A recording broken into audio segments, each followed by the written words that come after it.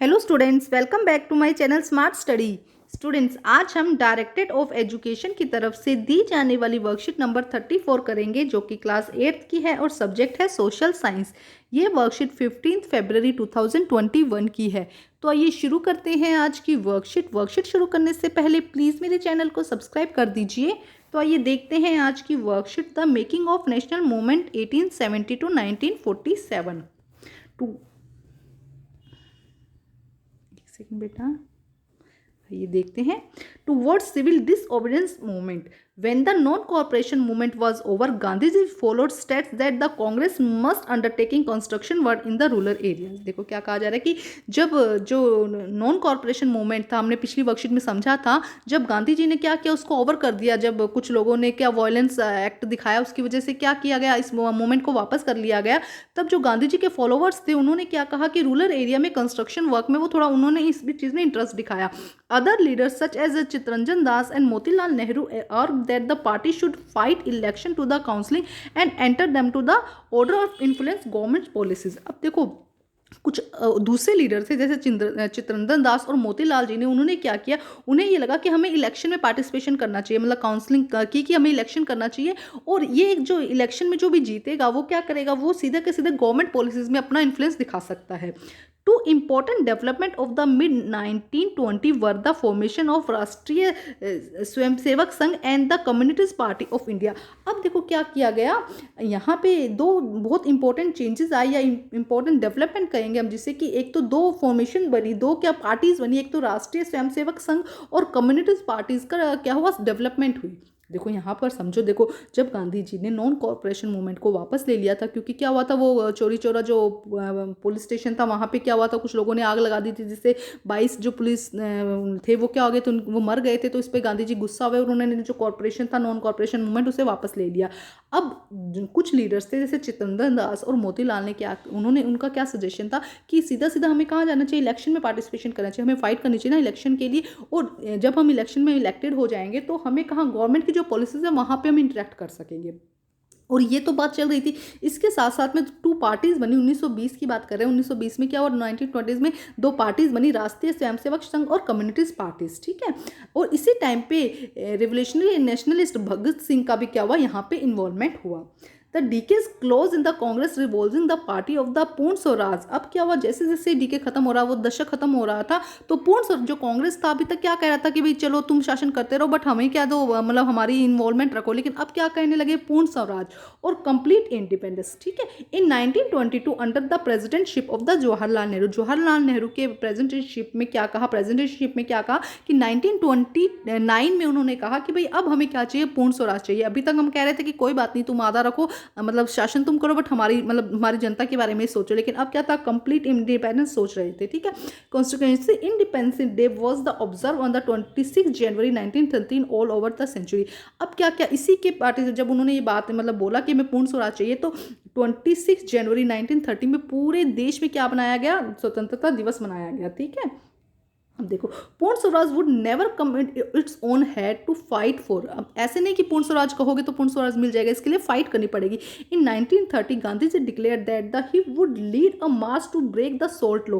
अब 1930 में गांधी जी ने एक डिसाइड किया, डिक्लेयर किया कि वो जो सॉल्ट पे जो टैक्स या उस पर जो भी लॉज बने हैं उसको ब्रेक करने के लिए वो क्या करेंगे, आंदोलन करेंगे। State had a monopoly of the manufacturing and sale to salt, and Mahatma Gandhi along with other nationalist reason that it was sinful to tax salt since it was such as essential item for our food। देखो अब क्या हुआ, गांधी जी ने कहा कि उस समय क्या था, जो सॉल्ट उसकी मैन्युफैक्चरिंग पर, उस पर सेल पर पूरी तरह से मोनोपोली, मतलब पूरी तरह से एकाधिकार था, मतलब वो अपनी मर्जी से कितना भी टैक्स ले सकते थे, कुछ भी अपनी मर्जी से कर सकते थे, पूरा का पूरा कंट्रोल किसके हाथ में था, अंग्रेजों के हाथ में था। तो इसके लिए गांधी जी ने जो ये लॉ था उसके अगेंस्ट उन्होंने क्या क्या आंदोलन शुरू किया। और क्यों आंदोलन शुरू किया, क्योंकि जो सॉल्ट था एक क्या कहेंगे उसको, मूलभूत आवश्यकता, मतलब सबकी नेसेसरी थी ना, उसको नमक के बिना तो फूड ही नहीं बन पाता ना, तो फूड के लिए चाहिए, सबकी ज़रूरत थी, इसीलिए गांधी जी ने इसको चुना।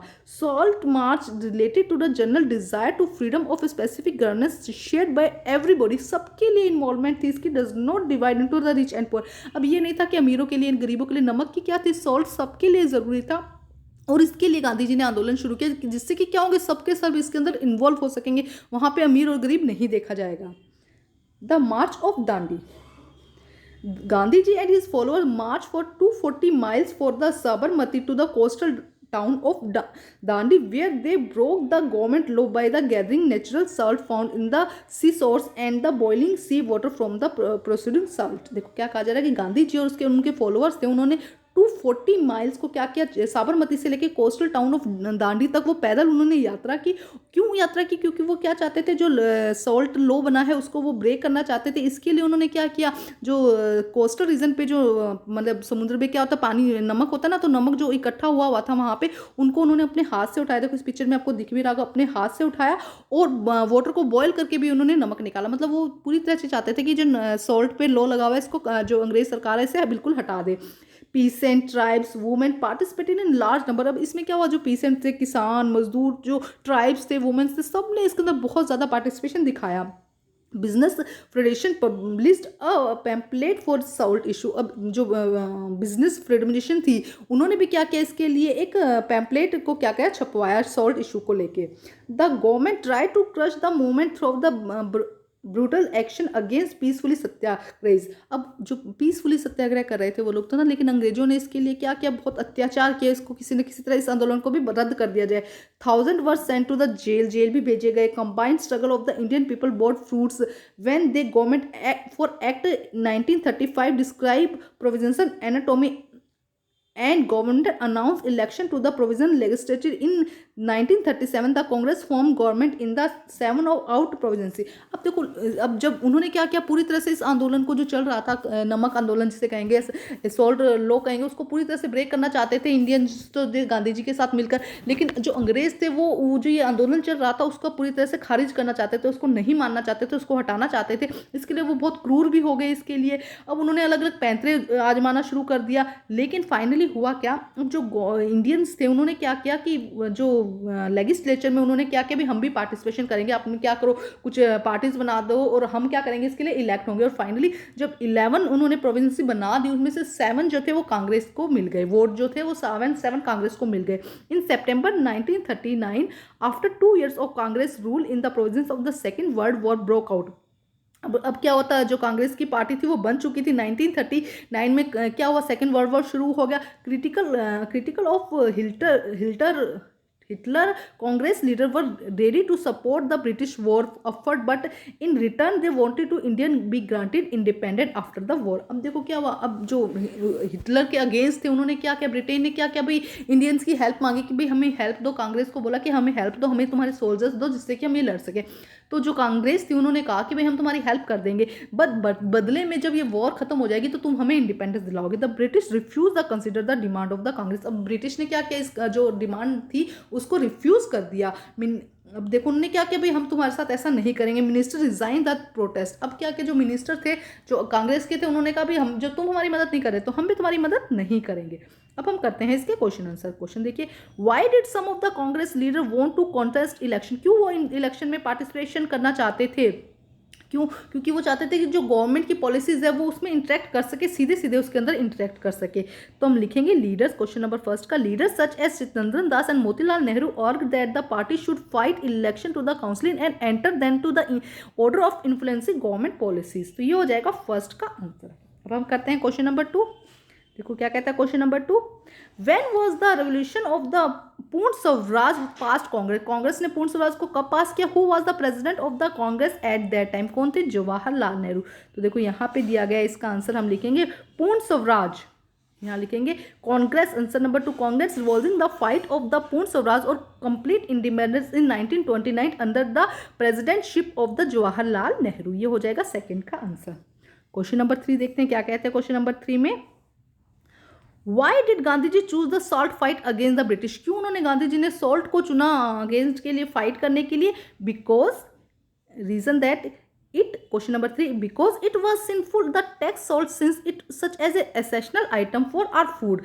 Short march related the general desire of freedom to specific grievances shared by the everybody and that does not divide into rich and the poor. ये rich and poor में इसको डिवाइड नहीं किया जा सकता और सब इसमें पार्टिसिपेट करेंगे. क्वेश्चन नंबर 4 देखते हैं. How did the Dandi March effect the freedom struggle of India. किस तरह से फ्रीडम इफेक्ट हुआ. क्योंकि इसमें क्या हुआ बेटा, जो पीसेंट्स थे, जो ट्राइब्स थे, वुमेन्स थे, उन्होंने भी लार्ज नंबर में पार्टिसिपेशन किया. तो आंसर नंबर 4 यहाँ से हो जाएगा. Peasant tribes and women's participation in large number. business freedom organization published a pamphlet on the salt issue. इसीलिए क्या हुआ, ये जो दांडी जो यात्रा थी या दांडी मार्च था वो इतना सक्सेसफुल रहा और उसमें कन्वर्ट हो गया फ्रीडम के लिए. ठीक है, तो बच्चे आज की वर्कशीट कंप्लीट होती है. वर्कशीट कंप्लीट करके अपने टीचर से चेक कराइए और प्लीज़ मेरे चैनल को लाइक कीजिए, सब्सक्राइब कीजिए और शेयर कीजिए. Thank you students.